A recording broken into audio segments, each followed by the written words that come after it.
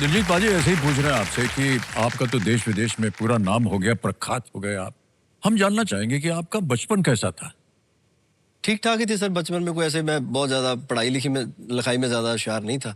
Music का शौक था। हाँ। और 10-11 साल का था तो पेरेंट्स ने घर से, मेरे कुछ रिलेटिव थे, मेरे मामा जी वो शहर रहते थे, तो उन्होंने वहाँ भेज दिया। जी। तो उन्होंने मेरे बिना पूछे भेज दिया। मुझे लगा था शायद मेरी मर्जी पूछेंगे, नहीं पूछे? और नहीं पूछा जी। वैसे पूछ लेना चाहिए बच्चों से। उन्होंने कहा भी मेरे रिश्तेदारों ने कि इनसे पूछ लो। मेरे फादर बोले इससे क्या पूछ रहे, ले जाओ इसको। तो बहुत बुरा लगा सर। और हाँ। तब तो ये फोन भी नहीं होते थे, मोबाइल। हाँ, हाँ, सही। तो बात नहीं कर सकते थे। अब तो वीडियो कॉल भी हो जाती है। बिल्कुल हाँ, बिल्कुल। तो कभी वो 2-4 महीने बाद आते थे मिलने, या कभी कभी फोन पे बात हो जाती थी। तो बस ऐसे ही निकलता रहा टाइम सर। जी आपकी जी। फिल्में देखी सर फिर? हाँ जी। आपकी फिल्में भी देखी तब बचपन टाइम में जी। पता बहुत नहीं आपने सही देखी नहीं कि नहीं, नहीं? सही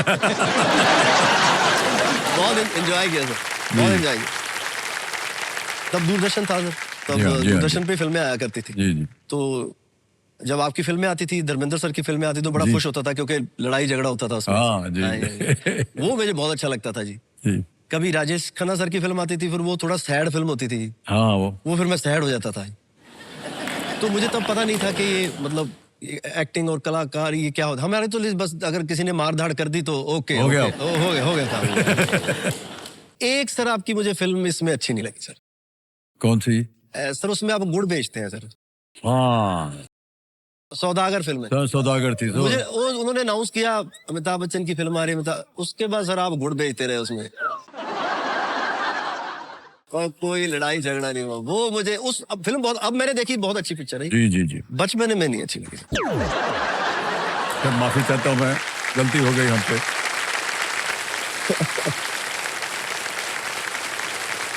आपके जो पिता थे वो क्या करते थे? वो सर सरकारी जॉब करते थे। अच्छा। हाँ जी, हाँ जी। वो रोडवेज एक महकमा है सरकार का। हाँ हाँ। तो उसमें वो लोगों की टिकट चेक किया करते थे, किसने ली है किसी ने नहीं ली है। जी जी तो जी। वो उनका काम था। बहुत ही सादा जीवन उन्होंने जिया। मैं उनको संत रूप में देखता हूँ, क्योंकि उनकी इच्छा कोई ज्यादा लाइफ।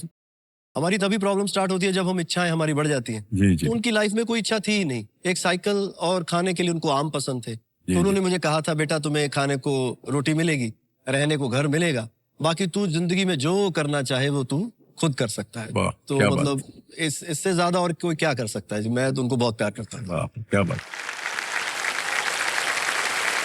ओके। आपके पंजाब का भी तो रिलेशन है सर। बिल्कुल सर, मैं आधा सरदार हूँ। हाँ या नहीं? हाँ जी। तो आपके मेरी कभी, माता जी जो है वो सरदारनी है। हाँ जी, आपकी सर कभी बचपन की कोई कहानी नहीं रही पंजाब कोई के साथ? कहानी तो नहीं है, लेकिन जब मैं छोटा था, शायद 2 साल का, तब मैं अपने नाना से मिलने गया था। माँ जी ले गई थी मुझे। पंजाब? हाँ, पंजाब ले गई थी। 1944 की बात हो रही भाई साहब, 47 से पहले। मानेवर 83 की उम्र हो गई मेरी, तो सोचे।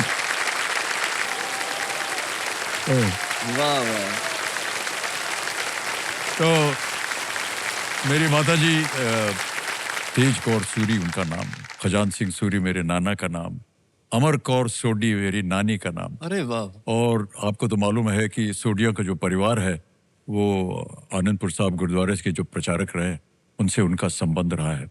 और वो सब जब बाबूजी से मिले और उनसे मुलाकात हुई, और उस समय उनका स्नेहपूर्ण, एक ही दिन में, मान्यवर, एक दिन में, कुछ घंटों में माँ जी ने तय किया। उनकी एक मित्र थी जो कि बरेली में रहती थी, तो कुछ छुट्टियां हुई थी नए साल की, तो हमारी वो माता जी आई हुई थी। उन्होंने कहा कि आ जाओ, मनाएंगे।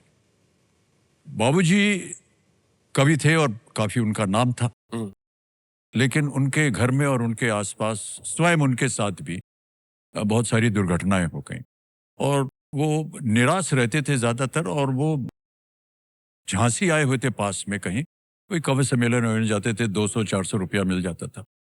तो उनके जो मित्र थे जो बरेली में रहते थे, उन्होंने कहा कि तुम यहाँ पर हो, कई दिनों से मुलाकात नहीं हुई तुम्हारी, तुम आ जाओ, नया साल साथ में मनाएंगे।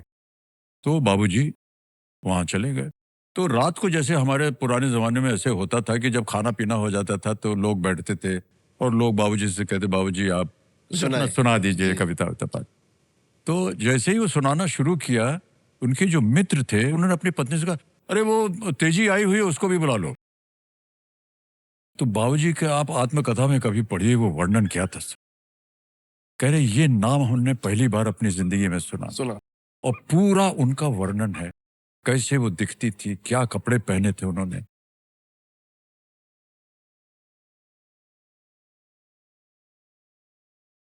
कैसे उनका चेहरा था, आकर के बैठी।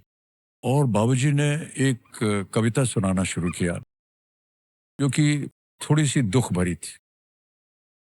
वो कविता का पहली लाइन है, क्या करो संवेदना लेकर तुम्हारी क्या करूं। संवेदना मतलब जो क्या कंडोलेंस है, करेंगे? तुम्हारी संवेदना लेकर मैं क्या क्या करूं। करूं? और थोड़ी देर सुनाते सुनाते उन्होंने देखा कि ये जो तेजी बैठी हुई है सामने, इनके आंसू टपक रहे हैं क्योंकि उनको भी दर्द हुआ। और उनके जो मित्र थे वो उठ करके चले गए बाहर। और बाबूजी कह रहे हैं अपने, उन्होंने आत्मकथा में लिखा कि मुझे समझ में नहीं आया और उनको देख करके मेरे आंखों में भी आंसू आ गए। तो दोनों रह गए। और हाँ, दोनों ही रह गए थे अकेले। और अचानक न जाने क्या हुआ, कैसे हम लोग एक दूसरे को लिपट करके रोने लगे। और उनके मित्र आए और कहा, बच्चन ये लो माला पहना दो इसको। और उसी समय भाई साहब दोनों ने तय किया कि ब्याह करेंगे। उस शाम को तय हो गया कि वो ब्याह होगा। बीच में जब मैं 2 साल का था तो माँ जी हमको ले गई थी अपने नाना से मिलने। और उसके बाद पंजाब में आना जाना रहा है हमारा। वो तो शूटिंग के लिए आप आते जाते। नहीं नहीं सर, हमारे रिश्तेदार अभी भी है वहाँ पर। अच्छा, रिश्तेदार माँ हैं जी जी? की तरफ से जहाँ उनकी बहनें। 2-3 बार सर मैं अमृतसर गया हूँ, अमृतसर।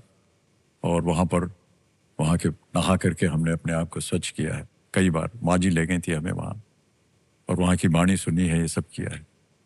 बहुत ही हरमंदिर साहब सर बहुत ही स्वच्छ जगह है, जी मैम। अद्भुत जगह है।